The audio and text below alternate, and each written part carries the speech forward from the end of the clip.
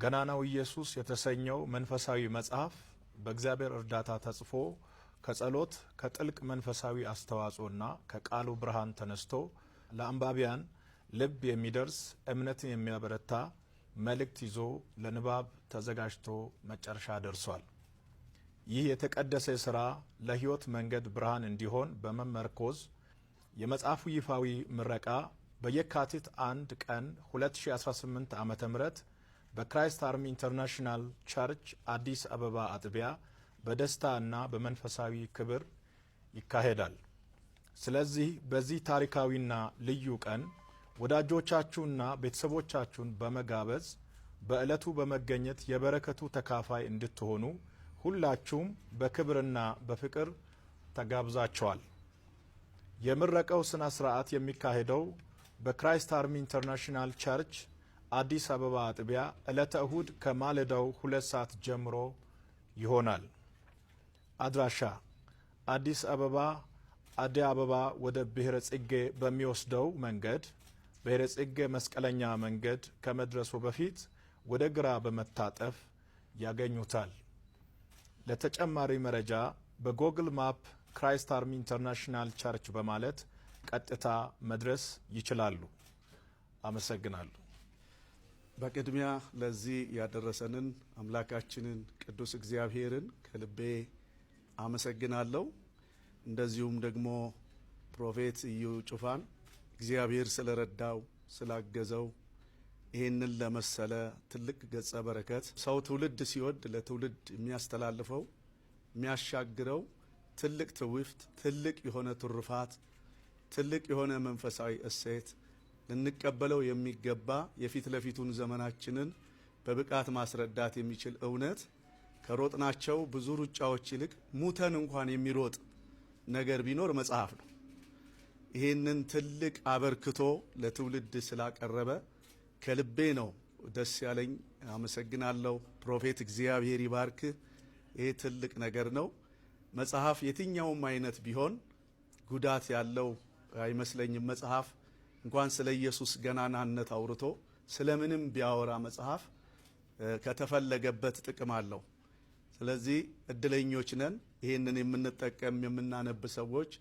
ለመሆኑ ገናናው ኢየሱስ ፕሮፌት እዩ ጩፋ ሕይወት ውስጥ ምን ሰራ፣ ምን አረገ፣ በእኛስ በቀጣዩስ ትውልድ የሚለውን በብቃት የምንገነዘብበትን እውነት እንሸምታለን ከዚህ መጽሐፍ ብዬ አምናለሁኝ።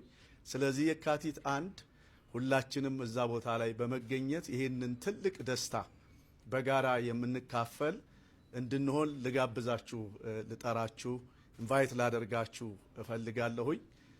እንግዲህ ፕሮፌት ለ13 ዓመታት በክራይስት አርሚ እንዲሁም ከዛም በፊት እግዚአብሔርን በብዙ ሲያገለግል ሲወጣ ሲወርድ የኖረ የምናውቀው ወንድማችን ነው። ጠንካራ ብርቱ ሰው መሆኑ ሁሌ ይገርመኛል። ቅንነቱን በጣም ስለ ቅንነቱ እግዚአብሔርን አመሰግናለሁ። እግዚአብሔር ደግሞ እንዲያበዛለት፣ እንዲጨምርለት፣ እንዲሰፋለት ምኞቴን ማስተላለፍ እፈልጋለሁ። የካቲት 1 በፍጹም አንቀርም። እግዚአብሔር ዘመናችሁን ይባርክ። ተባረኩ። ኢትዮጵያ ውስጥ ብቻ አይደለም፣ ከኢትዮጵያም ውጪ ላሉ ብዙ አማርኛ ተናጋሪዎች አዲስ አይደለም፣ እንግዳ አይደለም፣ ብዙ ማስተዋወቅ የሚያስፈልገው አይደለም። በዚያ ሚዲያ የተገለገሉ ሰዎች ሁሉ በብዙ እንደተጠቀሙበት፣ በገጠር የሚኖሩ ሰዎች ሁሉ እንደተጠቀሙበት ከሰማናቸው ምስክርነቶች እናውቃለን፣ ተረድተናል። አሁን ደግሞ በጽሁፍ የቤተ ክርስቲያኗ መስራች የቤተ ክርስቲያኗ ዋና አገልጋይ ነቢይ እዩ በጽሁፍ ደግሞ መጽሐፍ አዘጋጅቶልናል ማለት ነው። አንብቤዋለሁ እኔ መጽሐፉን። ቆንጆ መጽሐፍ ነው በጣም። እሱ የተረዳውን በቲቪው ብዙ ሰዎች ለማየት ይጓጉ የነበረውን ነገር በጽሁፍ ደግሞ አስቀምጧል። እንዴት በሕይወቱ ይሄንን ስራ እግዚአብሔር እንደሰራ ምስክርነቱን በስፋት ሰጥቶናል። መጽሐፍ በዚህ መልክ ቀርቶ ከዚህም ባነሰ በጣም ባነሰ መልክ እንኳን ቢዘጋጅ መጽሐፍ በጣም ጠቃሚ ነገር ነው ለሚያነቡት ሰዎች። እኛ አገር ደግሞ መጽሐፍ ሊያነቡ የሚገባቸው በጣም ብዙ ወጣቶች አሉ፣ ገና የሚነሱ ልጆች። ትልልቆቹ አይጠቅምም ማለት አይደለም፣ ግን በእነዚህ እድሜ ጀምሮ ሰዎች ሊያነቡት ይችላሉ፣ ልጆች ሊያነቡት ይችላሉ። ያነበቡት ሁሉ ደግሞ እንደሚጠቀሙበት ምንም ጥርጥር የለም።